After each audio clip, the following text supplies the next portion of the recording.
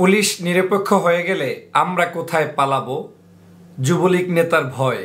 এই শিরোনামে যুগান্তর, প্রথম আলো সহ বাংলাদেশের সকল পত্রিকা একটি রিপোর্ট করেছে। আপনারা রিপোর্টটা দেখলে অবাক হবেন যে আওয়ামী লীগের, যুবলীগের এক নেতা নিজে বলছেন যে পুলিশ যদি নিরপেক্ষ হয়ে যায় তাহলে আমরা কোথায় পালাবো।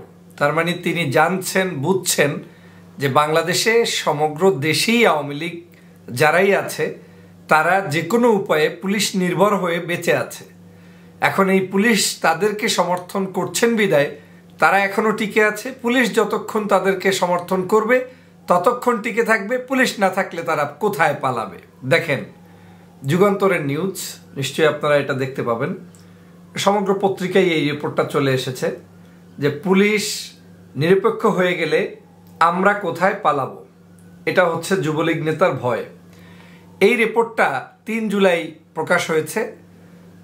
আমি যদি একটু রিপোর্টটা শুরুতে একটু আপনাদেরকে শুনিয়ে নেই, তারপরে বিশ্লেষণ করি, তাহলে বুঝবেন যে আসলে আওয়ামী লীগের, যুবলীগের, ছাত্রলীগের এবং শেখ হাসিনার সকলের এই পুলিশ প্রীতি, প্রশাসন প্রীতি এবং প্রশাসন নির্ভর হওয়ার কারণটা কি সেটা আপনারা বুঝতে পারবেন।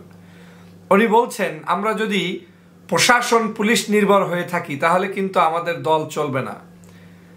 তারপরে পুলিশ যদি নিরপেক্ষ হয়ে পড়ে তখন আমরা পালাবো কোথায়, এমন বিস্ফোরক মন্তব্য করেছেন মানিকগঞ্জ জেলা যুবলীগের আহ্বায়ক ও মানিকগঞ্জ পৌরসভার প্যানেল মেয়র আব্দুর রাজ্জাক রাজা। এটি কিন্তু একজন শুধুমাত্র সাধারণ কোনো নাগরিক মন্তব্য করেনি, একটি পৌরসভার মেয়র এবং মানিকগঞ্জ যুবলীগের আহ্বায়ক। তিনি বলছেন যে আমরা যদি প্রশাসন পুলিশ নির্ভর থাকি তাহলে কিন্তু আমাদের দল চলবে না। পুলিশ যদি নিরপেক্ষ হয়ে যায় তাহলে আমরা পালাবো কোথায়। তার মানে পুলিশ এখন নিরপেক্ষ নেই বিধায় তারা চলতে পারছে, তো পুলিশ নিরপেক্ষ হলে তারা চলতে পারবে না। এত ক্ষমতা থাকার পরেও তারা চলতে ভয় পায়। তার কারণটা হচ্ছে সমগ্র বাংলাদেশকেই আজকের এই আওয়ামী লীগ, যুবলীগ শত্রু বানিয়ে ফেলেছে। বুধবার দুপুরে বাংলাদেশ আওয়ামী লীগের 75তম প্রতিষ্ঠা বার্ষিকীর উপলক্ষে দলীয় কার্যালয় কর্মী সভায় তিনি এসব কথা বলেন। যুবলীগের আহ্বায়ক আব্দুর রাজ্জাক রাজা বলেন, আমরা প্রশাসন ও পুলিশ নির্ভর হয়ে পড়লে কিন্তু আমাদের দেশ, আমাদের দল চলবে না। আজকে দল ক্ষমতায় আছে, আমরা গা ভাসিয়ে কিন্তু চলছি, কিন্তু আমাদের জোয়ারের সঙ্গে গা ভাসিয়ে যাওয়া চলবে না। বড় বড় নেতাদের সঙ্গে ঘুইরা গাড়ির দরজা খুলে চামচামি করে যদি আমরা পদ নেই তাহলে আমরা সংগঠন চালাতে পারবো না। এ সময় যুবলীগের আহ্বায়ক আরো বলেন, বিএনপি জামাত বিভিন্নভাবে তাদের দলকে সংগঠিত করার জন্য চেষ্টা করছে। আমরা নিজেরা যদি শক্তিশালী না হই, কর্মীদের যদি উজ্জীবিত না করি, এ সুযোগে বিএনপি জামাত আবার চাঙ্গা হয়ে যাবে। তারা চাঙ্গা হয়ে উঠলে তখন কিন্তু আমাদের পুলিশ নির্ভর হতে হবে। তখন যদি পুলিশ নিরপেক্ষ হয়ে যায় তখন আমরা কোথায় পালাবো। আশ্চর্য কথা। এটাই বাংলাদেশের মানুষ। আমরা এ যাবৎকাল বলে এসেছি যে এই সরকার শুরু থেকে শেষ পর্যন্ত গত 16 বছর পর্যন্ত সম্পূর্ণটাই পুলিশ নির্ভর একটি সরকার। এবং এটা আজকের আমাদের কোনো বক্তব্য না, এটা এখন সমগ্র বাংলাদেশের যেখানেই আপনি যাবেন সকল তাদের নেতাকর্মীর বক্তব্য একই। এই দেশে পুলিশ নির্ভরতা এই ব্যক্তি তো বলেছে পুলিশ যদি নিরপেক্ষ হয়ে যায় তাহলেই তিনি ভয় করছেন যে কোথায় পালাবেন। আর আমি তো বলছি যে পুলিশ নিরপেক্ষ হওয়ার দরকার নাই। পুলিশ যদি এখন যে আচরণ করছে তার 25% আচরণও কমিয়ে দেয়, একটু যদি স্পেস দেশের গণতান্ত্রিক মানুষগুলো পায় তাহলে 1 ঘন্টায় সরকার টিকতে পারে না। কিন্তু যা হচ্ছে গত 16 বছর পর্যন্ত, দেখবেন যেখানেই গণতান্ত্রিক সমাবেশ সেখানে ছাত্রলীগ, যুবলীগ, আওয়ামী লীগ যারাই বিরোধী দলের নেতাকর্মীর উপর আক্রমণ করে পুলিশই পোশাক পরে করে, পুলিশ সাথে থাকে, পুলিশের সামনে মারপিট করা হয়, পুলিশ সেখানে নিশ্চুপ থাকে, গ্রেপ্তার করলেও আবার গ্রেপ্তার করে বিরোধী দলের মানুষদেরকে। আজকের এই ব্যক্তির অনুভূতি দেখে আমার খুব কষ্ট হচ্ছে। হ্যাঁ, তোমাদের এদেশ থেকে পালানোর জায়গা থাকবে না, এটা বাস্তব সত্য কথা। যদি এই হয় বাংলাদেশের পরিস্থিতি, যে বাংলাদেশের 98% 95% মানুষই এই ফ্যাসিবাদের কবল থেকে মুক্তি চায়, তাহলে তোমাদের এই পুলিশ যেভাবে তোমাদেরকে প্রোটেকশন দিচ্ছে এখান থেকে একটু সরে আসলেও তোমরা পালানোর রাস্তা আর পাবে না। সেটা আজ তোমরা অনুভব করছো, কিন্তু আমরা বাংলাদেশের মানুষ কিন্তু সেই অনুভবটা করছি।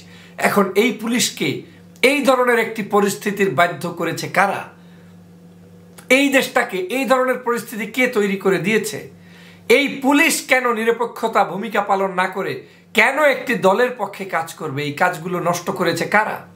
এই ফ্যাসিবাদী সরকার করেছে। আপনারা জানেন বাংলাদেশের এখন একজন এমপি মন্ত্রী তাদের পর্যন্ত কোনো ধরনের সম্মান নেই। তোফায়েল আহমেদ সাহেব একবার রাগ হয়ে সংসদে বলেছিলেন, আওয়ামী লীগের নেতা, যে আমাদেরকে এখন এমপিদেরকে মন্ত্রীদেরকে আমার আমলার কাছে জিম্মি হয়ে গিয়েছি, আমলার কাছ থেকে আমাদেরকে চলতে হচ্ছে, তাদের ক্ষমতা বেশি। আজ বাংলাদেশের সব জায়গায় চিত্র তাই। এই পুলিশদেরকে ভোটাধিকার, রাতের বেলা যে ভোট এই বাংলাদেশে হয়েছে, পুলিশ ডিপার্টমেন্ট সেই ভোট সংগঠিত করেছে। শেখ হাসিনা ভালো করে জানে যে দেশে আমার একজন সাধারণ কর্মীর চাইতে একজন পুলিশের কনস্টেবল অনেক গুরুত্বপূর্ণ। শেখ হাসিনা ভালো করে জানে যে এই পুলিশকে যদি আমি মূল্যায়ন করে রাখতে পারি তাহলে আমার ক্ষমতায় থাকা যাবে, কিন্তু আমার এই আওয়ামী লীগকে কর্মীকে বাঁচিয়ে রেখে আমার কোনো লাভ নেই। আর সে কারণেই আজকের সমগ্র বাংলাদেশে এই চিত্র বলবৎ রয়েছে এবং আওয়ামী লীগই এখন তাদের নিজস্ব এই দুর্বলতার কথা প্রকাশ করছে। আপনারা জানেন বেশ কিছু দিন পর্যন্ত, প্রায় লাস্ট এক বছরে আওয়ামী লীগের অনেক বক্তব্য ভাইরাল হয়েছে। তাদের চেয়ারম্যান, এমপি একে অপরের নির্বাচনকে কেন্দ্র করে বক্তব্য দিতে গিয়ে বলে, এখন আর আগের মতো ভোট হবে না যে তুমি চুরি করে আসবা।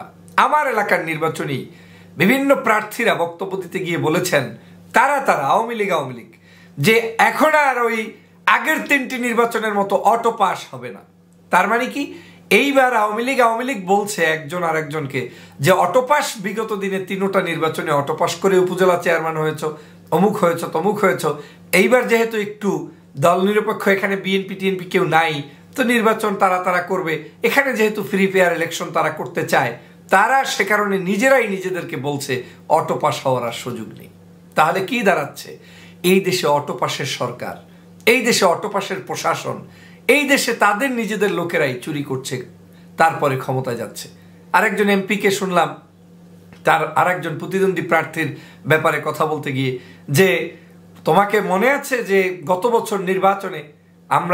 নির্বাচনে তোমার ভোট কারচুপি করে তোমাকে জয়যুক্ত করিয়েছি, সেই সুযোগ আর পাবে না। এভাবে করে পুলিশ প্রশাসন থেকে পর্যন্ত আমরা বক্তব্য শুনেছি, ভিডিও ভাইরাল হয়েছে যে আমাদেরকে শেখ হাসিনার নির্দেশনা মোতাবেক সমগ্র জায়গায় জয়যুক্ত করে নিয়ে আসতে হবে। আমরা যে পরিশ্রম করেছি, এই যে বাংলাদেশে 2018 সালের ভোট নিয়ে পুলিশ এভাবে পর্যন্ত মন্তব্য করেছে যে আমাদের ঐকান্তিক প্রচেষ্টার ফসল আজকের এই সরকার ক্ষমতায় এসেছে। চিন্তা করেছেন যে আমরা পুলিশ, আমরাই পেরেছি শেখ হাসিনাকে আনতে, অতএব আমাদেরকে বাদ দিয়ে কোনো কিছু হবে না। এটা এখন প্রতিনিয়ত তাদের বক্তব্য। তো সেই জায়গা থেকে এখন দেখেন যে পুলিশ যদি একটু ছেড়ে যায় তাহলে এই ফ্যাসিবাদের পতন নিশ্চিত হয়ে যায়। আমি আজকের এই আওয়ামী লীগের নেতার বক্তব্য থেকে মনে করছি যে নিশ্চিত আপনাদের পতন যখন হবে, তখন আপনাদের পতনটা এমন করুণভাবে হবে, তখন সত্যিই আপনারা পালানোর জায়গা পাবেন না।